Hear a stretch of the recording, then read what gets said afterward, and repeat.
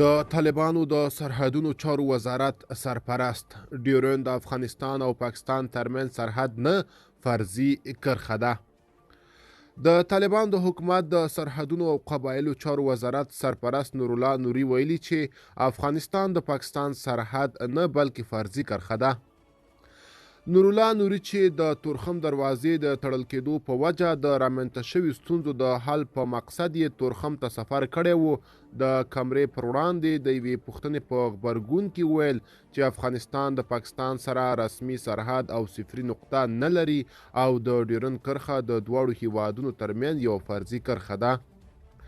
ښاغلي نوري زیاته کړه، موږ د دوی پاکستان سره کوم رسمي سرحد نه لرو او موږ د دوی سره خپله صفري نقطه نه لرو. دا زموږ او د دوی په منځ کې یوه فرضي کرښه ده.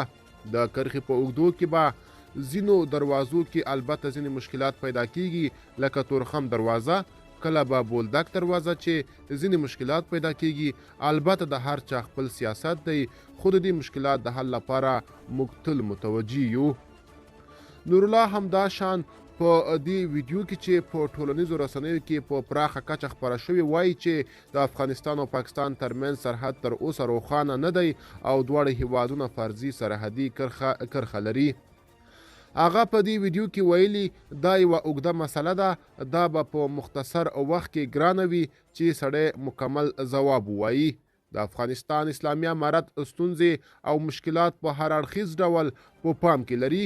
که د ګاونډي هیوادونو سره د تګ راتګ مسله وي، په خاص ډول د پاکستان سره چې موږ دوی سره د ډیورند فرضي کرښه لرو، موږ د دوی سره کم رسمي سرحد نه لرو او موږ د دوی سره خپله صفري نقطه نه لرو. دا زموږ او د دوی په منځ کې یو فرضي کرښه ده.